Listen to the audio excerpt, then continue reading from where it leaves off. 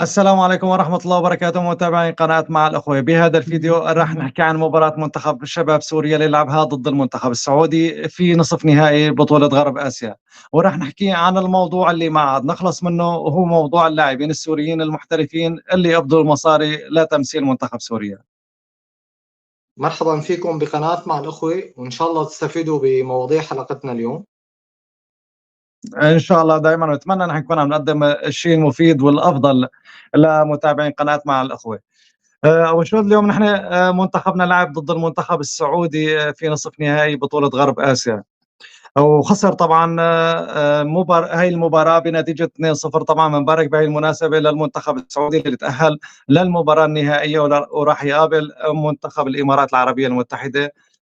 شلون أنت شُفت المباراة من وجهة نظرك؟ يعني شلون أنت شُفت اليوم المنتخب السوري في مباراته مع السعودية؟ طبعا أول شيء بالبداية بنحب نبارك للمنتخب السعودي وهارد لك لمنتخبنا. نحن حكينا كثير شغلات ببثوث سابقة عن موضوع شو لازم كان يعمل الكابتن محمد عقيل. طبعا ما يعني اتفادى بس موضوع الحارس للبساطة للأمانة، يعني هو بس تفادى موضوع الحارس فقط، غير شيء بموضوع الخلل الدفاعي، موضوع الرعونة بالهجوم، أبدا ما استغل هذا الموضوع.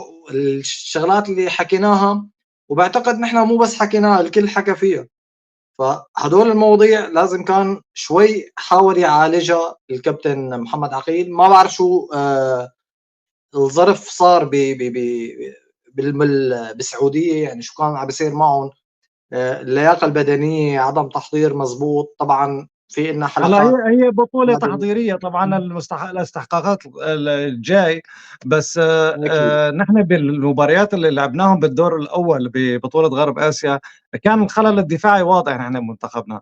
ما شفنا نحن بالضبط. المدرب، أنا ما شفنا محمد عقيل إنه عمل شيء بخصوص خط الدفاع، يعني رغم اليوم إنه لعب بخطة دفاعية خلّينا نقول، ولكن كان اختراق الدفاع السوري كان كتير سهل على اللاعبين هو السعوديين طبعًا اللي سيطروا على ذكرنا مجريات المباراة بشكل كامل. هو ذكرنا بكوبر بس بطريقة تانية، يعني أكيد العناصر تختلف. يعني هو ذكرنا بكوبر بطريقة ما، بس الفكرة إنه هلأ أنا بالنسبة لإلي ما باحكم على شيء، ماني حاكي مع الكادر أو ما بعرف شو ظروف الكادر. يعني اليوم مثلًا بدّل 3 تبديلات إذا انتبهت لهذا الموضوع. أنت طب هو ما بدّل أنت عم تلعب، أنت ما عندك تبديلات مفتوحة، يعني أنت ب ب طيب بالشوط الأول شُفت في عندك خلل مثلًا بخط الدفاع والّا بخط الوسط، يعني حتى بخط الوسط أو حتى بتشتيت الطابات أو إخراج الطابة من منطقتنا، تشتيتها حتى غلط. يعني اليوم نحن المدرب ما بدّا غير 3 تبديلات، أنت عم تلعب ببطولة ودية، يعني مسموح لك تبديلات. بالشوط الأول أنت كان بإمكانك لمّا شُفت في خلل عندك بخط الدفاع والّا بخط الوسط، بإمكانك تبدّل لاعبين.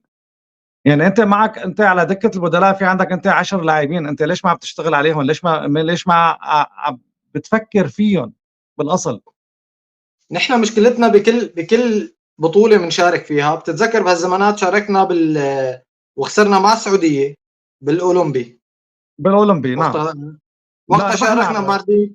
ربحنا بالأولمبي وقتها خسرنا من السعودية بضربات الجزاء. بالشباب. أوكي، لا البطولة اللي صارت بالأولمبي. بالجزائر. إيه اللي صارت طيب بالجزائر، نعم، بطولة أنت البطولة أنت العربية. أنت ضغط الجمهور عليك كمدرب، مو دفاعًا عن أي حدا. أنا بلوم الكابتن محمد عقيل، كتير بلومه على قصة التبديلات ولا على قصص، يعني بارجع باحكي إنه أنا ما بعرف شو صار، وقريبًا إن شاء الله على قناتنا رح نعرف من حدا من الكادر شو صار بهاي البطولة، وراح إن شاء نستضيفه الله عنا. يعني. بس الفكرة إنه أنا عم يطلعوا على بطولة، يعني بالبطولة العرب الأخيرة تبع الأولمبي، ليش نطلّع مرديك وطه موسى ومين كان معنا كمان لاعب ثالث، لأ مطلّع 3 لعيبة لياخذوا البطولة. ليش؟ ليسكتوا الجمهور. يعني كمان عندك ضغط الجمهور عم يؤدي لكتير قصص. بدل ما تروح تجرب لعيبة، أنت عم تروح بدك تاخذ البطولة. يعني مثلًا عم باقول لك هدول 3 لعيبة اللي راحوا على الأولمبي، ليش؟ وما بس اخذناها مشان وما اخذناها ما بالنهايه. اخذنا البطوله، بس هن بس مشان يقولوا المنتخب السوري اخذ البطوله. يعني الاتحاد هذا همه ببساطه. يعني الاتحاد انت هذا همه. انت انت من وجهه نظرك، يعني هلا نحن شفنا نحن اليوم المنتخب السعودي مدربه هو مدرب برازيلي. شفنا الطريقه اللي كان عم بيلعب فيها المنتخب السعودي، وشفنا فرق طبعا بعقليه اللاعب المدرب الاجنبي والعقليه المدرب المحلي. وشفنا نحن الطريقه والفكر اللي كان عم بيلعب فيه المدرب محمد عقيل. نحن لما كنا نطالب نحن بدنا مدرب اجنبي، لانه نحن بنعرف انه المدرب الاجنبي دائما عنده افكار جديده ودائما هو عنده فكر متطور.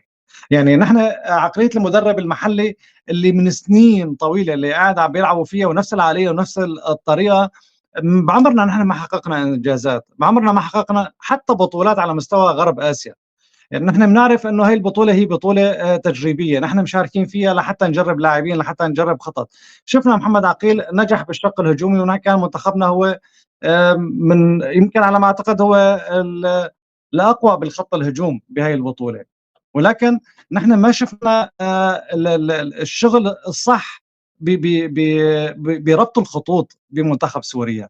لا مت نحن نضل نعتمد على العمل العشوائي، لا مت نحن بدنا نضل عم نشتغل او لحتى نمشي امور بعض، لحتى نحن هذا والله اخو فلان، هذا ابن فلان، هذا يعني دائما نحن نشتغل على المحسوبيات. يعني ما بعرف انا نحن ايمت نحن نغير هاي العقليه ونشوف نحن مدربين، او عم نشوف اتحاد كره القدم عم بيستخدم مدربين لحتى يبنوا منتخبات صحيحه.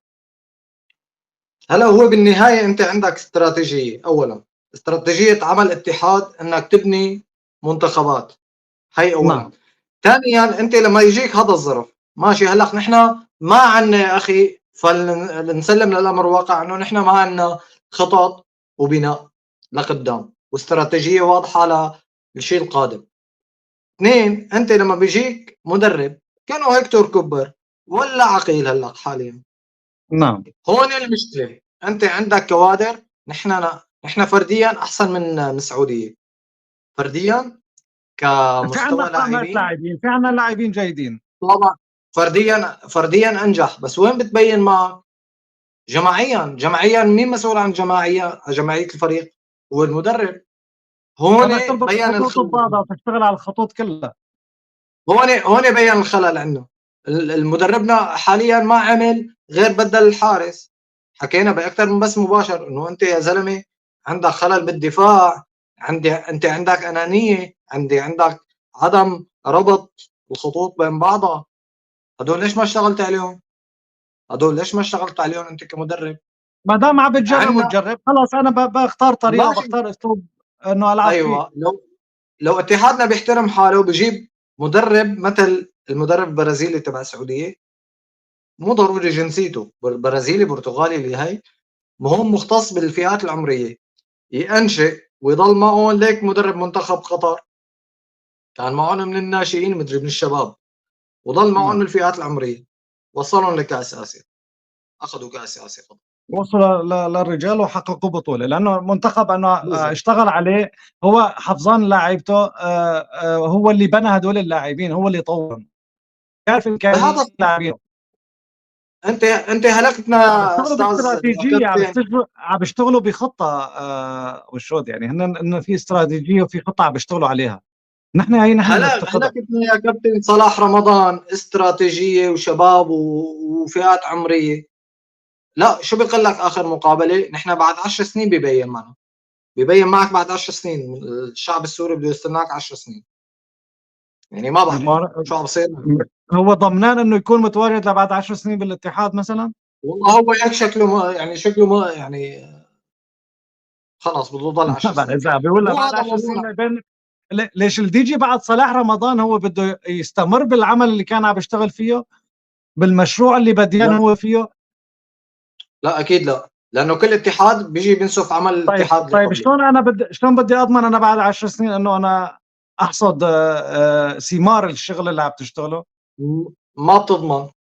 انت بسوريا ما بتضمن هذا الموضوع. يعني بغير نحن عم بغير نشوف بغير كلنا، نحن دول كل ايه. رئيس اتحاد بيجي بيستلم بينسوا في الشغل اللي اشتغله الاتحاد اللي قبله. يعني ما شو ليش بدك انا انت، انا من عام بدك تبني؟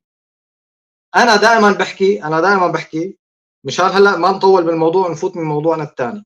بس انا دائما بحكي بقصه انه انت عندك وزاره شباب او اتحاد رياضي عام. يا اخي ما بدنا وزاره شباب ورياضه، بدنا اتحاد عام يعمل خطه ل5-6 سنين. مهمه الاتحاد، اتحاد كره القدم اللي ينتخب او اللي بيجي كانه بالانتخابات ولا باي شيء، ينفذ الخطه هي اللي حطها الاتحاد الرياضي العام او وزاره الرياضه او الشباب. نعم.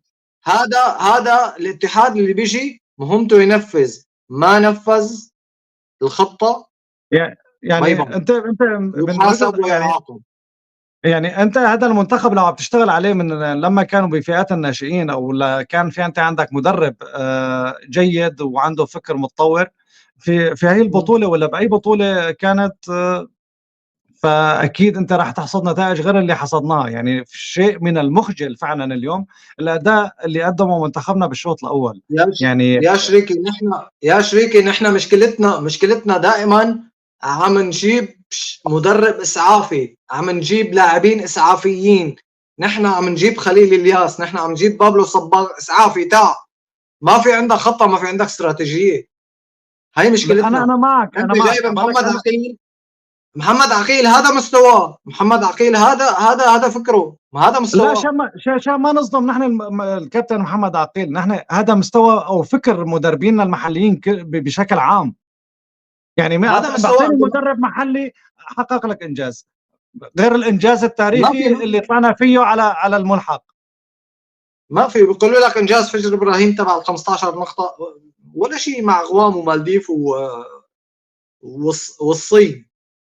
الصين وغوام ومالديف وما كانوا مثل هلا اذا بتلعب معهم يمكن تخسر. يعني هذا ما انجاز. انجاز عندنا فجر جاب لك 15 نقطه وتاهل على الدور الثالث اللي هلا نحن ما تاهلنا عليه، اللي ما طلعنا عليه. نعم اللي ما طلعنا عليه. بس بالنهايه انت ما يعني هدول هذا مستوى مدربينك. انت ما فينك وكره القدم عم تتطور. انا من يومين حكى على البث مباشر شغله بدنا نبعد على الموضوع شوي. ميسي ومارادونا. تمام. مارادونا يا اخي هذا كان بجيل وميسي هلا بجيل، ما فيك تقارن اثنين انت. وعلى دور ميسي في فار وعلى دور مارادونا ما في فار. مارادونا سجل جول بايده. تختلف كانت مستويات الأندية ولا اللاعبين، ولا كان ما فيها التطور الكبير بكرة. ما فيك تقول ميسي ألعب لاعب بالعالم، ما فيك تقول مارادونا ألعب لاعب بالعالم. كل واحد بوقته بزمنه كان هو الأفضل. ما بدنا نزيح الموضوع كثير، خلينا نفوت موضوعنا الثاني. لا زحنا ومشي الحال. الله الشباب كلهم بالتعليقات بدهم يلومونا كثير. بالنسبة لموضوعنا الثاني،